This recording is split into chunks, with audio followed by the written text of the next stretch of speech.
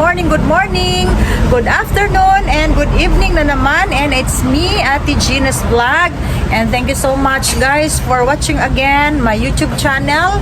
At kami, ang aming kaganapan kasi Monday ngayon, galing kami ng palengke, galing kami ng SM at sa Lots for Less. So, sa Lots for Less, meron tayong kaunting pinamili. Pero yung aking sadya doon na mga barbecue marinade ay walang stocks na yung mga malalaki. Ito guys, oh.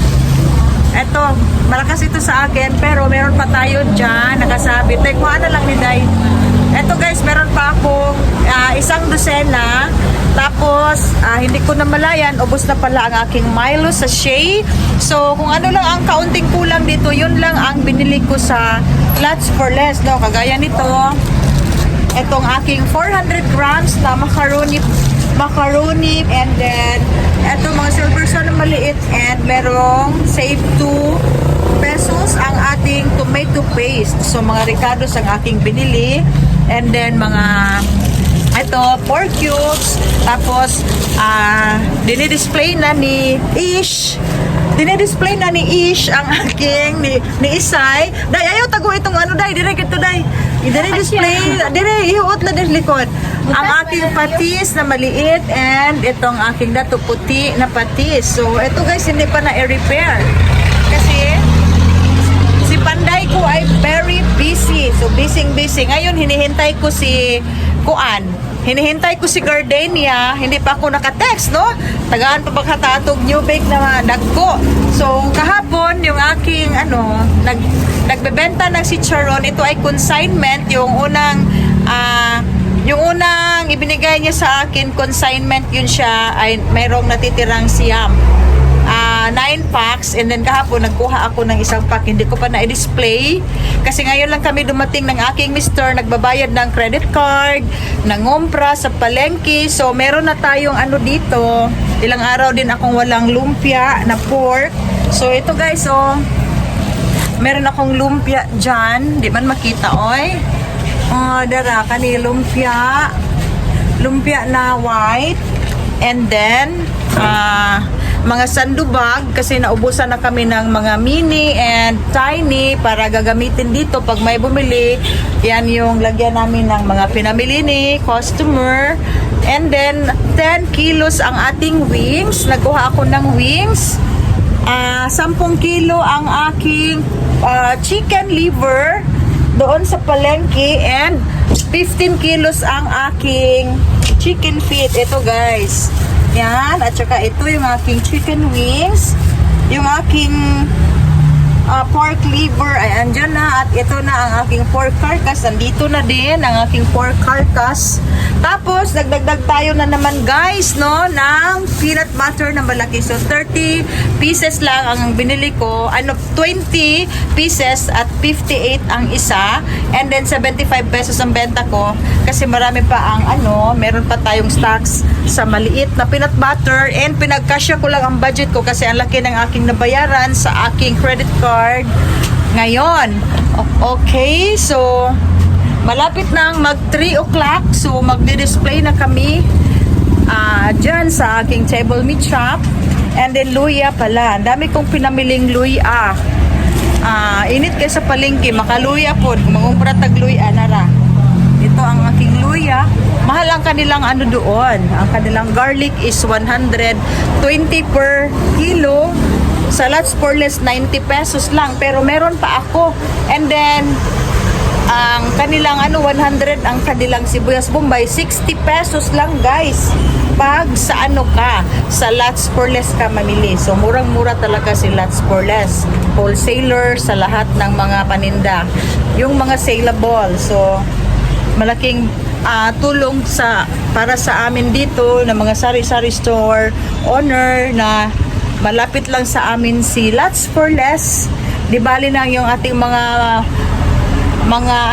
mayayaman na customers ay doon bibili. Pero mahal ang karning baboy nila doon guys, ha. Ang kanilang pork belly ay 400 ang kilo, 330 ang kanilang mga laman, yung mga pierna, and mahal din ang mga pork chop nila doon. Mas mura dito sa amin kasi 375 375 lang ang aking pork belly.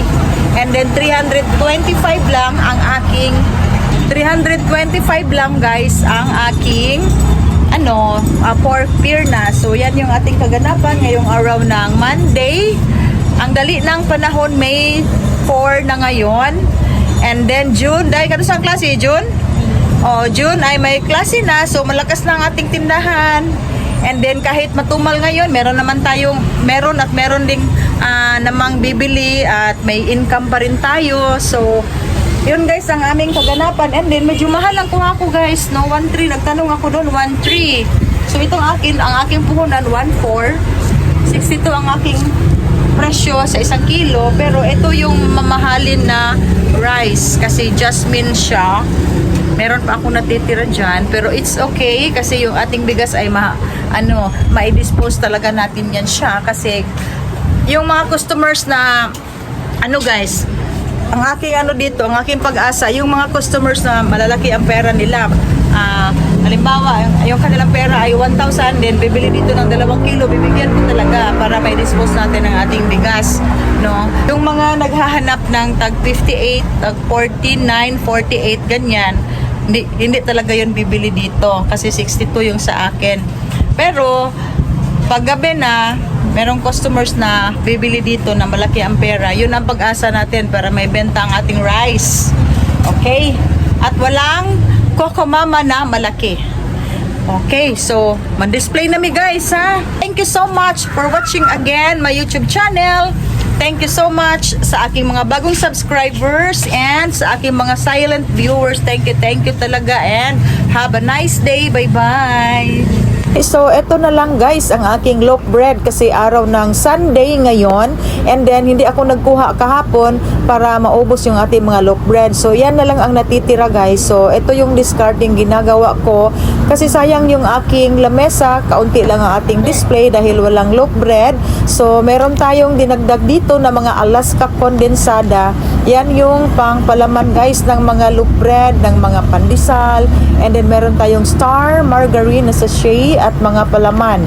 Yan guys, mga sandwiches, chicken spread and sandwich spread. Meron din tayong mga sachet at hot cake mix. And then peanut butter. So, kaunti na lang guys ang nakitira sa aking mga loaf bread. And then yung mga green na new bake na loaf bread ay mag-expire na yan sa Monday. Pero meron pa ring bumili guys, no? Marami yan siya kanina. And then yung aking classic na mga loaf bread ay nauubos na kahit 2 days na lang mag-expire na siya. So, as long as hindi siya mag-molds, okay lang yan siya.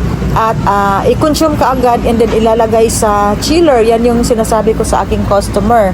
Ang kagandahan guys, sa loaf bread ay hindi tayo lugi dyan kasi papalitan ni Gardenia. Okay, so ito yung ating maliit na sari-sari store at kaunti na lang guys ang aking mga nakatab. Mga 750 at 1.3 liters ml na mga ice cream. So, kaunti na lang ang ating ice cream dyan. So, kailangan makapag-restock tayo at meron na akong order. Siguro by Tuesday ay ma-deliver na ang ating order ng mga ice cream dahil malakas yan siya dahil sa mainit na panahon. And then dito na side yung ating mga ricados, mga nor soups and mga mamasitas. And then marami tayong mga shumai, marami tayong stocks na mga frozen foods.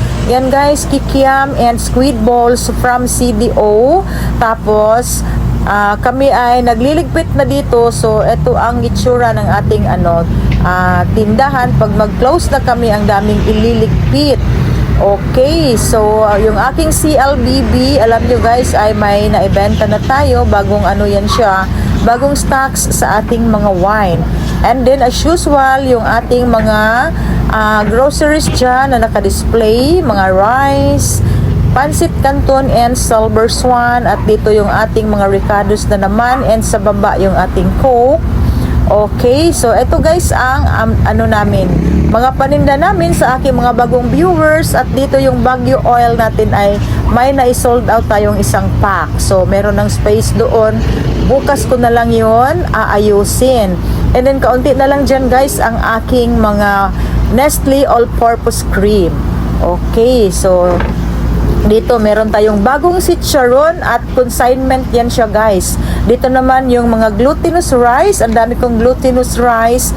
Mura lang guys sa grocery. 46 lang yan siya. And then mga macaroni na pang salad and overstock natin na mga kukumama. Wala lang tayong stocks na kukumama na big kasi out of stock si Sursum. Sa Sursum yan galing guys. Nag-order ako ng isang case. At yan yung natitirang loaf bread natin. Hindi na namin yan i-display tomorrow dahil mag-expire na yan siya. Pero kami guys, alam nyo, kahit expire na siya bukas, kung maubusan kami ng loaf bread sa bahay ay magdala pa rin ako and then ilalagay lang siya sa chiller as long as gaya ng sinasabi ko kanina, hindi pa siya nag-molds, pwede pa yan siyang kainin. And then ang dami kong mga dito, canned goods. Ang dami kong Cow Belgian 37 point something lang ang aking puhunan dyan sa grocery, kaya marami ang aking na-order. And then yung mga Century na flakes and oil. So dito banda may mga space na at hindi ako nakapag-display ng maraming distilled na Nature Spring. Ang dami ko pang stocks doon sa likuran ng aking tindahan guys. At saka yung mga mineral water sa Nature Spring. So ang dami nating syrup powder na 6+1. So yan yung ating kitchen. At dito guys, wag na lang yung pansinin, medyo makalat dito. Yan yung mga stocks natin na mga mineral water at distilled water sa Nature Spring. At iniipon ko guys yung mga carton kasi mag-renovate kami sa bahay. So gagamitin ko yung mga empty cartons. So meron pa akong saging dyan. So ito yung Absolute 6 liters and 5 liters. So yan ay dadalhin ko guys ang saging, hinog na saging sa bahay. Ang sarap niyan, lulutuin, ilaga lang namin yan siya guys. At kami ay mag-close na. Wala na di ay, madam. Okay, at si Mr. ay siya yung pinauwi ko na dahil siya yung opener dito, no, mga ilang linggo na ako ay hapon nang mag-duty dito. Si Mr. ang mauuna. So pinapauwi ko na siya para makapag-relax sa bahay.